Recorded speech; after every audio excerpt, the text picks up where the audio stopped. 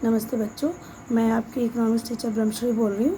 पिछली कक्षा में मैंने आपसे कहा था कि नेक्स्ट क्लास में हम मांग वक्र ऊपर से नीचे ढलान में क्यों जाता है और इसके क्या कारण है, उसके क्या अपवाद है, उसके बारे में हम पढ़ेंगे। तो उसके लिए थोड़ा सा हमें मांग के नियम के बारे में डिस्कशन करना पड़ेगा। मांग के नियम क्या होते हैं? अन्य बातें समान रहने पर जब कीमत बढ़ती है तो मांग कम होती है और जब कीमत घटती है तो मांग बढ़ती है। यानी कि यहाँ पर कीमत और मांग के बीच एक विपरीत संबंध दिखाई देता है। तो इसको हम एक ग्राफिकल प्रस्तुतिकरण से भी यानी कि चित्रमय प्रस्तुतिकरण से भी समझ सकते हैं। जैसे कि पिछली कक्षा में मैंने आपसे डिस्कस किया था। यहाँ पे मैंने एक ग्राफ बना रखा है। ये ग्राफ सभी बातें समान रहने पर जो मांग के नियम है उस पर बेस्ड है। यहाँ पे मैंने OY पर कीमत ली है जिसको YX के नाम से लिखा मैंने, और नीचे यहाँ पर OX पे मैंने मात्रा यूनिट में ली है, ये XX है। तो पिछली कक्षा में मैंने जब प्राइस लिया, कीमत लिया था, तो वहाँ पर डिजिट ली थी और मात्रा में भी डिजिट ली थी। लेकिन इस बार जो मैंने ग्राफ बनाया है उसमें मैंने लेटर्स का यूज़ किया हुआ है ताकि आपको दोनों तरह से समझ में आ जाए कि डिजिट में किस तरह से ग्राफ बनाते हैं और लेटर्स में किस तरह से ग्राफ बनाते हैं। तो there will be no confusion, it's very clear. तो स्टार्ट करते हैं। यहाँ पर हमने स्टार्टिंग में प्राइस P ले रखा है। P प्राइस पे उपभोक्ता कितनी डिमांड करना चाहता है? P प्राइस पे उपभोक्ता यानी कि वस्तु की मात्रा Q3 लेना चाहता है। और अगर P से कीमत P1 हो जाती है तो व्यक्ति की जो डिमांड है, जो मांग है, कम होके Q2 हो जाएगी। और इसी तरह अगर प्राइस P3 हो जाता है तो व्यक्ति की जो डिमांड है, वस्तु की जो मात्रा की डिमांड है, वो Q1 घट के हो जाएगी।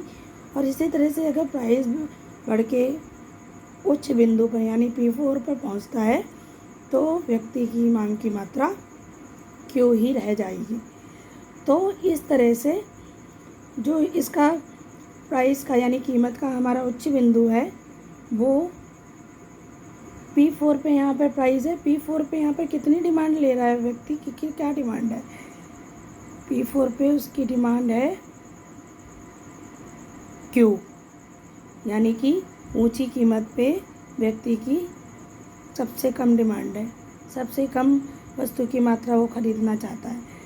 और अगर इसका हम कीमत का सबसे निचला बिंदु देखिए तो वो है P कीमत पे व्यक्ति वस्तु की मात्रा Q3 तक खरीदने के लिए तैयार है।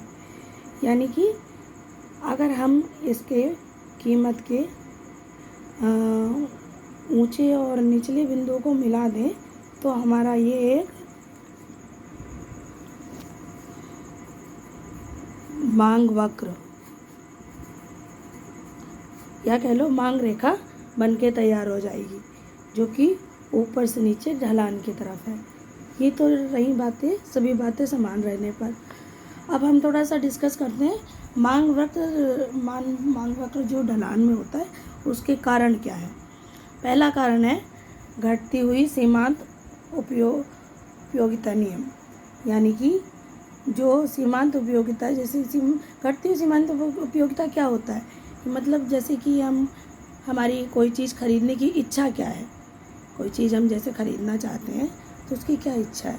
अगर रोज़ हम कोई चीज़ खरीदते हैं तो हमारी इच्छा कम होती जाती है। जैसे मान लो, एक एग्जांपल से हम समझते हैं कि जैसे मान लो हम 2-3 दिन लगातार डोसा खा लें तो चौथे दिन खाने का हमारा मन नहीं करेगा, क्योंकि हमारी इच्छा कम हो जाएगी, हमारी यूटिलिटी डाउन हो जाएगी और हम एक ही शर्त पे उसको खाने के लिए तैयार रहेंगे अगर उसमें कुछ कीमत में कटौती होती है, यानी कि कीमत कम होती है। इसी तरह से हम आय प्रभाव को पढ़ सकते हैं। आय प्रभाव भी एक मांग वक्र ढलान के कारण का एक मेन हिस्सा है। आय प्रभाव क्या है? किसी वस्तु की अगर कीमत में जैसे कोई परिवर्तन होता है, जैसे किसी वस्तु की कीमत कम होती है तो वस्तु की मात्रा भी इंसान जो है बढ़ा देता है। तो इसको एक एग्जांपल से हम समझ सकते हैं। जैसे कि मान लो कोई पेन हम 10 रुपये का ख़रीद रहे हैं और उसकी कीमत कम होकर अगर 5 रुपये हो जाती है, तो 10 रुपये की कीमत में पहले हम एक पेन खरीद रहे थे, अब जो है 10 रुपये की कीमत में हमें 2 पेन मिल जाएंगे। तो यहाँ पर हमारी जो है वास्तविक आय बढ़ जाती है। उसके बाद प्रतिस्थापन प्रभाव की सब्स्टिट्यूट इफ़ेक्ट क्या है। सब्स्टिट्यूट इफ़ेक्ट का मतलब है एक जगह, मतलब एक वस्तु के स्थान पर हम कोई दूसरी वस्तु का उपयोग करने के लिए तैयार होते हैं।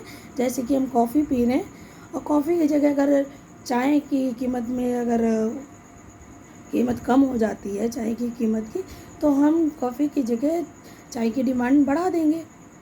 इसी तरह से उपभोक्ता की संख्या में वृद्धि। उपभोक्ता की संख्या में वृद्धि कैसे होती है। मान लो नई बाज़ार खुली है और जो लोग जो कुछ वस्तुओं को नहीं खरीद पा रहे हैं और कीमत डाउन हो गई है वस्तुओं की, तो जो लोग नहीं खरीद पा रहे थे अब वो भी लोग उस डिमांड में शामिल हो जाएंगे, उनकी डिमांड बढ़ जाएगी, यानी उपभोक्ताओं की संख्या बढ़ जाएगी, जिससे उनकी डिमांड भी बढ़ जाएगी। लेकिन अब जो हम पढ़ेंगे वो है मांग के नियम के अपवाद। ये सारी बातें हमारी जो हैं सभी बातें सामान्य रहने पर ही इफेक्टिव हैं, लेकिन अगर हम मांग के नियम के अपवाद पढ़ते हैं तो ये बातें थोड़ा सा रेयर हो जाती है, एक्सेप्शनल होती हैं। मांग के नियम के अपवाद क्या हैं। गिवन वस्तुएं। गिवन वस्तुएं वो घटिया वस्तुएं, सस्ती वस्तुएं होती हैं कि मान लो जैसे कोई मज़दूर है, तो घटिया वस्तु में हम मोटा अनाज लेते हैं। मान लो कोई मज़दूर है और वो जैसे मोटा अनाज खरीदता है, तो अगर मोटे अनाज की कीमत बढ़ भी जाएगी तो वो उसकी डिमांड कम नहीं करेगा, वो उसके बजाय दाल या दूसरी चीज़ें नहीं खरीदेगा, तो उसकी डिमांड जो कि तो रहेगी, यानी कि कीमत बढ़ने पर भी उसकी जो डिमांड है कम नहीं होगी, कीमत बढ़ने पे भी उसकी डिमांड बढ़ेगी। और दूसरा जो आपका अपवाद का नियम है उसमें आपकी प्रतिष्ठा सूचक वस्तुएं आती हैं, इसमें विलासितापूर्ण और आरामदायक वस्तुएं होती हैं, जो कि हाईली स्टेटस पर्सन है, जो रिच पर्सन है, जिनका सोसाइटी में अच्छा रुतबा है, तो वो लोग इन वस्तुओं को ख़रीदना पसंद करते हैं। जैसे कि आपकी कीमती ज्वेलरी हो गई, कीमती कारें हो गई, फर्नीचर हो गया। तो अगर किसी कार की कीमत में अगर कुछ बढ़ोतरी होती है या कार की कीमतें बढ़ती हैं, तो वो कार को ख़रीदने के लिए उतनी ही जल्दी तैयार हो जाएगा, क्योंकि उसको सोसाइटी में अपना रुतबा दिखाना है। मान लो हीरे की कीमत दुगनी हो जाती है, तो वो उसी रफ्तार से हीरे को ख़रीदने के लिए तैयार हो जाएगा। ये तो रही आपकी मांग के नियम के अपवाद।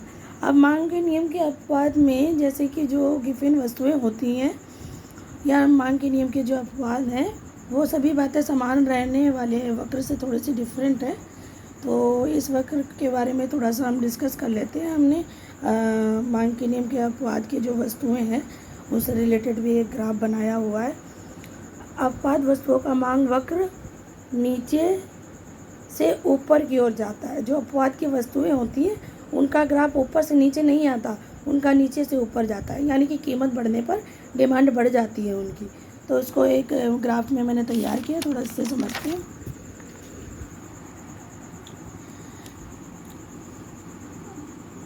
ओ वाई पे यानी कि वाई एक्स पे मैंने कीमत ली हुई है प्राइस में, यानी कि रुपीज़ में, और इधर जो है ओ एक्स पे मैंने मात्रा ली है यूनिट में, यहाँ पे एक्स एक्स दिखाई दे रहा है।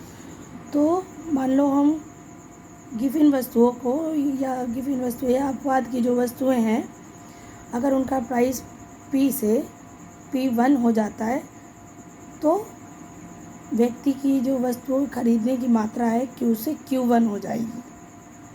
और मान लो प्राइस P1 से P2 हो गया, तो व्यक्ति Q1 से Q2 की मात्रा खरीदने के लिए तैयार हो जाएगा, यानी कि इसका जो उच्च स्तर है P2, यानी कि P2 कीमत पे Q2 मात्रा व्यक्ति खरीदने के लिए तैयार है।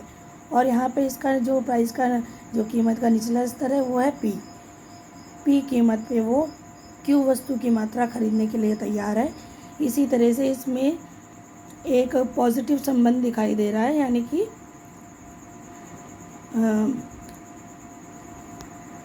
यानी कि इसमें एक सकारात्मक संबंध नज़र आ रहा है हमें।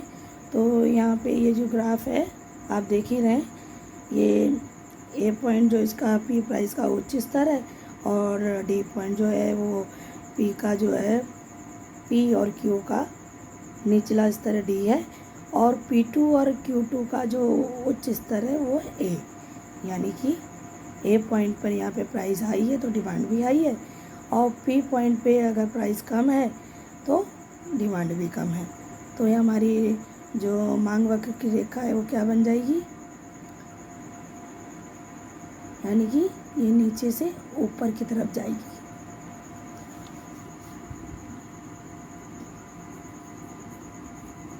मांग वक्र रेखा,